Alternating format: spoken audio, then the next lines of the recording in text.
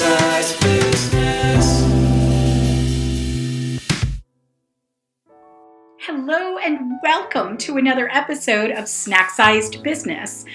Today's guest is Jessica Munday. She is the founder and CEO of Trio Solutions, a marketing firm here in the Charleston area. So let me give you a little lowdown on my friend Jessica. Here's her 5 facts. She grew up in Asheville, North Carolina, and is a proud graduate of Asheville High. After college, she got her dream job at an ad agency and a year later quit and backpacked around the world with her college roommate. Definitely worth talking about. She is the proud daughter of a Vietnam veteran and is picking back up work on a book project that is dedicated to her dad. She owns not 1, not 2, not 3, but 4 companies. Trio Solutions is one of them. Her pride and joy is her family, her children, and she considers them her greatest accomplishments. So that's 5 facts about Jessica Munday. Let's welcome her to the Zoom.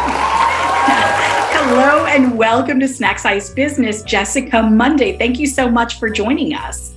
Thank you for inviting me.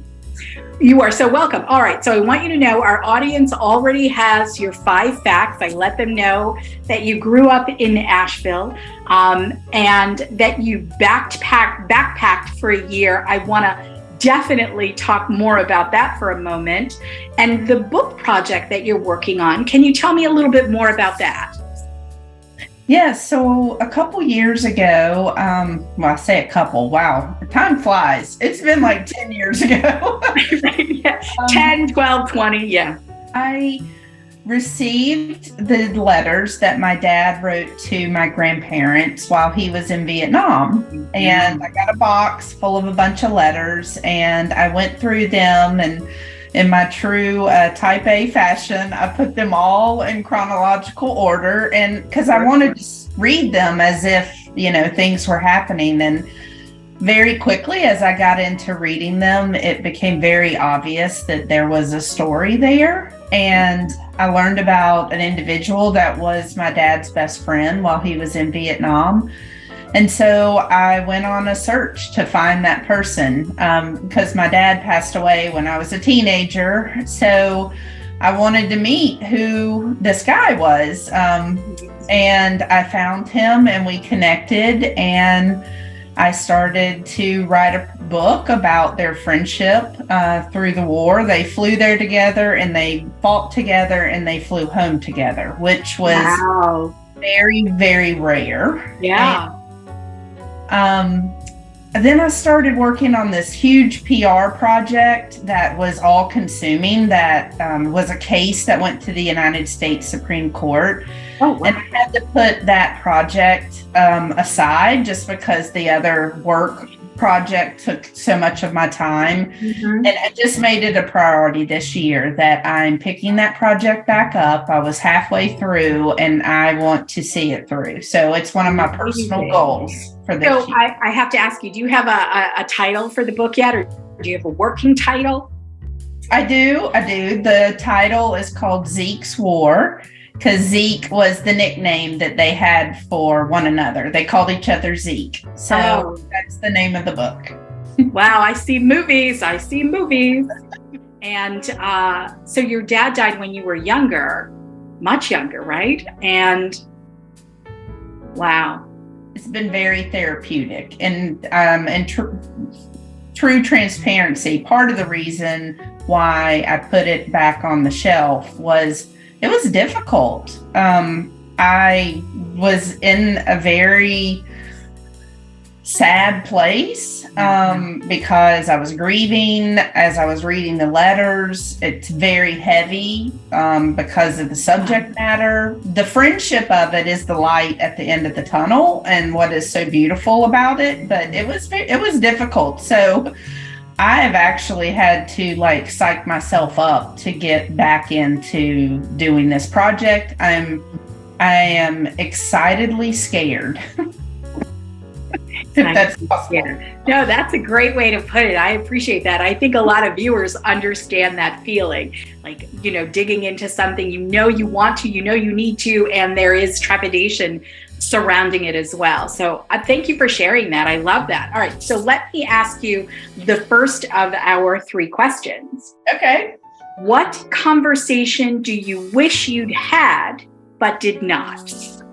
I wish that I had had the opportunity to really talk to my grandmother about her religious views. I'm United Methodist because of her, and she was very instrumental in my faith and going to church. And right now, the United Methodist Church is going through a lot of transition. Yes. And I've been trying to follow everything that's happening and how that impacts the denomination as a whole. Right. And she passed away right before COVID, and I just would love for her to be here so that I could talk to her about everything that's going on. And she's not, and that makes me sad, but I just keep her in my mind as I go through trying to understand everything that's happening. The elders, the people who have come before, really have an influence. My grandmother also was also United Methodist, and very instrumental in the church in our little tiny town, and introducing me to it. And so very similar. We have that in common. Okay, second question. Okay. So when I've asked this question, I've gotten a little bit of pushback about, like, what do you mean about love what you do? So the question is, what do you love about what you do? And so some people have said, well, I love everything. What do you mean? So I mean, like, love what you do. What do you love about what you do? Yes. I love what I do because every day is like solving a new puzzle. And I love working on puzzles, and I love to... You're a problem solver. Yes, I'm definitely a problem solver. I think all my friends and family would say I'm a problem solver. They tend to come to me and say, hey, what do I do? And every day is a new opportunity for us at Trio, the marketing agency I own here in Charleston. And I also have a nonprofit consulting company with a business partner called Cloud9. And in both scenarios, our clients are coming to us because they have some type of problem or opportunity that needs to be capitalized on, or they just need help figuring it out. And so naturally, we're given that opportunity to help them and to make recommendations. And when we're lucky, they help us implement those recommendations. And I just really enjoy that. Problem solving. Well, you have 4 companies, so you're solving problems all over the place, right? So there's Trio, there's Cloud9, and then what are the other 2? So we have Trio and Cloud9. Both are in the nonprofit service space. And then my husband is a boat captain. And so he and I have a fishing charter boat concierge company together. He does... That's amazing. Well, that's a left turn there, huh? Yes, he does most of the servicing in that business. Right. And then we also have a real estate holding company. So we've got some investments and we have to manage those. And that probably takes the least amount of time, but all 4 are entities that require management of some sort. And going back to what do you love? I truly love being an entrepreneur, and I love supporting growing entrepreneurs in our community as well. That's terrific. I know that you and I have had a conversation previously about that. So I'm so glad you said that. That's terrific. Okay, so third and I guess final question, although I would maybe like to swing back by around something else, but what communication advice do you live by? So I've been trying to practice active listening. It's really difficult when you have a lot of ideas and you want to share them and you are an extrovert and a people person. But I have learned that active listening really requires you to truly listen to what the person is saying and to put what you're wanting to say on the back burner. And that's not easy to do, but I have found that by really trying to do that, I feel like the conversations I have are more meaningful. I feel that I'm able to be fully present in the conversation, and that's the best gift you can give to someone when you are communicating with them. I love that. You are speaking to my heart right here with that. You are speaking to my heart. I agree, and so much. And active listening, is active, it's participatory. And some people think that active listening is just not saying something, but it's so much more than that. And I so appreciate that that's what you said. Thank you. Like from the bottom of my communication heart, thank you. All right, so I did want to circle back. So tell me about backpacking around the world. I'm sure that our audience would love to know a little bit about that. Like you chucked it all and went backpacking. Yes, I did. I was one of those rare souls that in high school, I knew what I wanted to do. Like, a lot of people are like, what do you want to do when you grow up? And most people are like, wow, I didn't really figure that out until after I got out of college or whatever. Right. But I knew or that even later for some of us. Yes. And maybe changed it up several times throughout their life, which is great. I knew early on that I wanted to be in the advertising field. And so my dream was to go to school, get my journalism degree, and to get a job at an ad agency. And so right out of college, I got my job at an ad agency, and I was so incredibly proud of myself and was just ready to start climbing the ladder.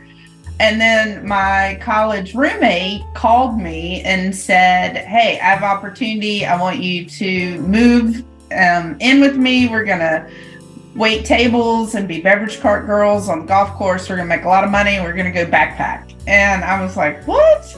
And I went into my boss at the time, and it was a husband and wife that owned the agency. And I said, can you believe this? Roommate is telling me to quit and to go backpack. And she said, I'm going to fire you right now. You need to go do that. Yeah. Because if you don't do it now, you'll never do it. Right. And so she told me to quit.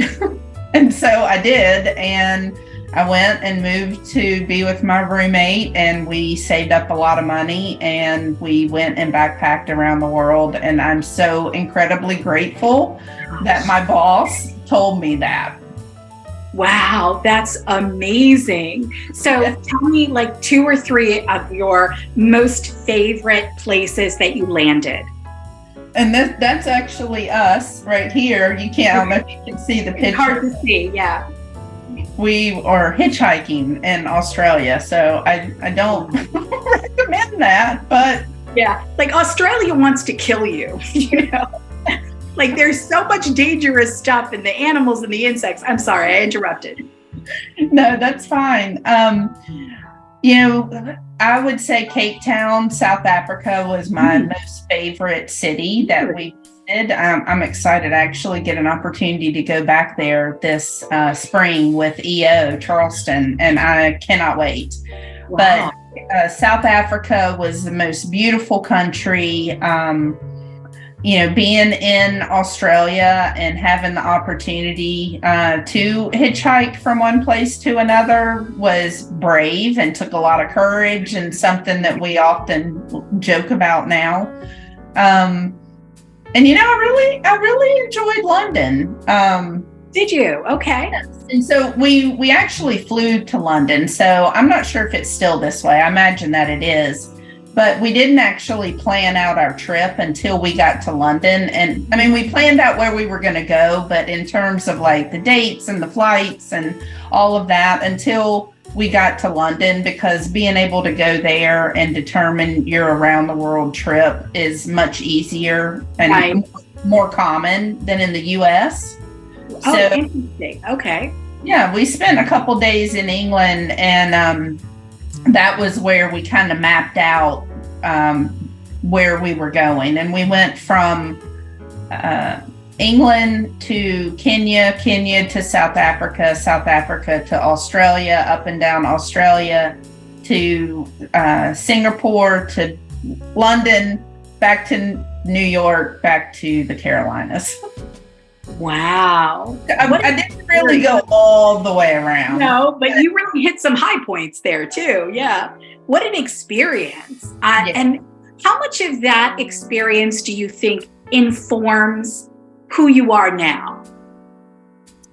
It was definitely one of the most impressive experiences that I've had in my life. I say I'm at my halftime show because I just turned 50 in August. Right. So looking back, that is definitely a highlight. And like I said, I'm so grateful that my boss and friend at the time encouraged me to go, because I could have easily passed up that opportunity. Yeah. And it really was a defining moment in my life. And my son just got back from Australia to study abroad for a semester, and it was totally coincidental. I didn't tell him, like, you should go here. He just came to me and said, hey, I have an opportunity to go and do this. I was like, you should definitely do it. Do it, right. Isn't that Yeah. interesting how sometimes things repeat like that in our lives, right? You should definitely do this. Wow. Yes. That's amazing. Well, thank you so much for elaborating on that. I know that, so much of our audience understands those big, sort of brave, hold your breath and just do it kind of moments. So thank you for sharing that. I appreciate it. Oh, I love it. I'd love to talk about that experience. And truth be told, I'd love to go do it again. Right. Well, take me with you. Yes. All right. Well, Jessica, thank you. That is the 3 questions, and I appreciate your time and your stories, which are terrific. And we definitely have to look for what it was, Zeke's War. We'll have to look for Zeke's War, whether on a bookshelf, on Amazon, or in the movie theater sometime soon, I'm sure. Yes. Give me 2023 and I will have it done.